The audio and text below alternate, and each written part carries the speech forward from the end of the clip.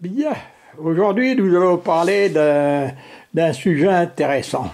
Hein.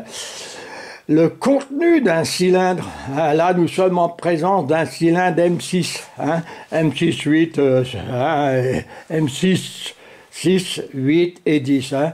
Bon voilà, alors je vais vous faire voir le contenu. Hein.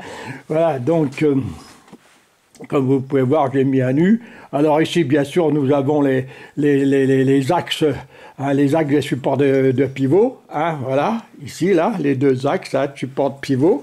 Hein. Ensuite, bon, là, on va regarder un petit peu. Hein, là, nous avons, par exemple, ici, nous avons les deux, le palier supérieur, le palier inférieur. Hein. Nous avons le couvercle, hein, le deuxième couvercle droite et gauche, bien sûr. Hein. Nous avons donc les basculeurs ou le culbuteur comme vous désirez. Hein. Là, nous avons les deux leviers, hein, les deux bacs bronze, les pivots, les guides de pivot, les écrous, hein, les contre-écrous tout au moins, hein, blocage. Hein. Après, nous avons donc les deux soupapes, soupape d'admission, soupape d'échappement. Nous avons couvercle. Hein, et là, couvercle, nous avons les filtres, nous avons la rondelle d'arrêt là, qui vient à l'intérieur, rondelle d'arrêt, hein, voilà. Ensuite, nous avons la barre centrale, moi j'appelle ça une barre torsion, de toute façon c'est la barre torsion, hein. Barre centrale, hein, les tubes creux, le supérieur et l'inférieur. Les deux, bah, ce sont les mêmes. Hein. Les deux tiges de culbuteur, les tubes protecteurs de culbuteur. Ensuite, nous avons, alors là, c'est vraiment petit, comment je vais dire, vous voyez, là on a, alors je vais agrandir un peu. Voilà, le clapet RJH. Alors, vous voyez, si pour vous donner un ordre d'idée, ouais, c'est pas gros, hein, c'est vraiment pas gros. Alors là, vous avez, alors attendez, oh là là, vous voyez, c'est tellement, voilà, vous avez la bille, le clapet, le petit ressort et l'écrou. Hein, ça va ici, là. Ça monte là, si vous voulez. Attendez, je vais enlever le gros plan. Voilà, ça monte là. Hein. Là, ils sont dedans, je ne vais pas les démonter. Hein, ils sont dedans, je ne vais pas les démonter. Et bon, ensuite, nous avons les bagues. Hein, les supports demi-lune, les deux demi-lunes, vous voyez, hein, les bagues donc, les deux 4 demi-lunes bien sûr, et les joncs d'arrêt. Hein.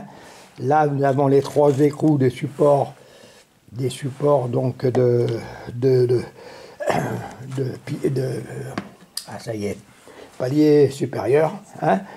Après, nous avons les étanchéités. Donc, alors, avant d'arriver aux étanchéités, nous avons le pivot, hein, les guides de pivot. Qu'est-ce que je raconte? Les guides de talon. Hein, vous voyez, le guide de talon, on a le. Alors là, normalement, pas préconise une rondelle en aluminium. Hein. Moi, normalement, je supprime parce que ça fait cuite. Alors, je mets un petit joint torique, ma rondelle par-dessus et ma patte d'arrêt étanche. Hein. Voilà, donc là, nous avons comment je veux dire, les feuilles en clinquant, hein, pour faire les réglages d'épaisseur. Hein. Ça va ici, là, ça va ici au culbuteur, hein, vous voyez.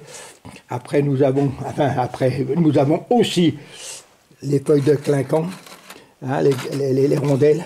Ça va en dessous les paliers supérieurs, en dessous du palier supérieur, c'est pour régler le jeu. Hein. Voilà. Bon, alors après, toujours dans les fournitures d'un cylindre, nous avons les joints de couvercle Areco. Hein, vous voyez, nous avons le joint liège, le joint torique. Ça, c'est les joints de couvercle. Je vais vous faire voir comment ça se monte. Si vous voulez, vous avez votre couvercle, là, comme ça. Vous avez votre joint dedans, vous voyez, votre joint monte là, voilà. Et après, vous avez le joint caoutchouc. Voilà. Donc, on lubrifie donc le liège. Et après, on fait le montage. Ça évite le glissement. Et je peux vous dire Je peux vous dire que 98% des moteurs refaits ne possèdent plus ces joints-là. Hein, parce qu'il n'y a plus en stock et on les refait faire. On les refait pas faire. Alors donc, on les remet plus. Hein. Bon, moi j'en ai en stock, alors je mets comme à l'origine. Hein. Je mets toujours. Vous voyez? Bon, ça dépend. Hein, ça dépend des moteurs. Hein. Mais en général, quand je possède, j'en mets. Là, je vais refaire. Là, c'est un moteur que je vais refaire pour mon ami ligérien. Hein, voilà. Alors là, bon, je ne sais pas si vous vous souvenez, la différence, là, nous sommes en présence d'une chemise, donc la fameuse chemise qui va le cylindre, bien sûr. Hein, il y a 2 cylindres, donc 2 chemises. Hein, la chemise est de 6, la base, elle est plane, là. Et là, si vous vous souvenez, je vous avais fait voir comment reconnaître une chemise de S5 et une chemise de M5. Hein? Alors, attendez, voilà, tac. Chemise de S5 et chemise de M5. Bah, regardez, vous voyez, c'est l'épaisseur de la collerette. Vous voyez? Bon, nous avons chanfrein, hein, ici, là, d'accord. Ça change pas sur les 2 moteurs, sur les 2 chemises, tout moins. Et là, vous regardez, vous voyez le renfort de la collerette, là, l'épaisseur. Ça, c'est un M5. Et si vous regardez ici, ben là, vous avez le S5. Hein, parce que le S5, il est beaucoup moins... Le moteur est beaucoup moins puissant, quoi, si vous voulez. Hein, voilà. Alors, voilà. Donc, selon ce que va décider le client, soit je mets... Donc, là, la bague bronze qui est prévue, normalement. Alors, après, moi, ce que je fais... Donc depuis un certain temps, je remonte comment je vais dire, les bagues acier. Alors là, vous avez la bague bronze. Bon, là, je vais oublier un bague bronze, je vais faire voir là-dedans, mais normalement, il n'est pas là-dedans, la bague bronze. Il n'est pas dans la bague acier. Hein. La bague bronze ne se trouve pas dans une bague acier. Hein. La bague bronze se trouve là, hein, dans les paillets. Hein, dans les paillets supérieurs ou inférieurs. Elle se trouve là, les bagues bronzes, si vous voulez. Vous voyez? Elle se trouve là. Bien sûr, ça tombe, c'est normal. Hein. Elle se trouve là.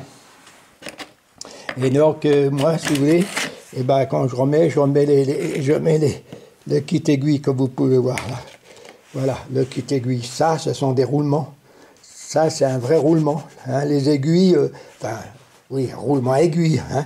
C'est un vrai roulement. Parce qu'une bague bronze, hein, vous m'excuserez, mais c'est du bricolage. Hein. Ça, c'est du bricolage. Hein, ça ne tient pas, ça, les bagues bronze, il faut les changer tous les 60 000 km. Tout dépend de la qualité d'huile. Si vous avez très bonne huile, vous pouvez monter jusqu'à 100 000 km.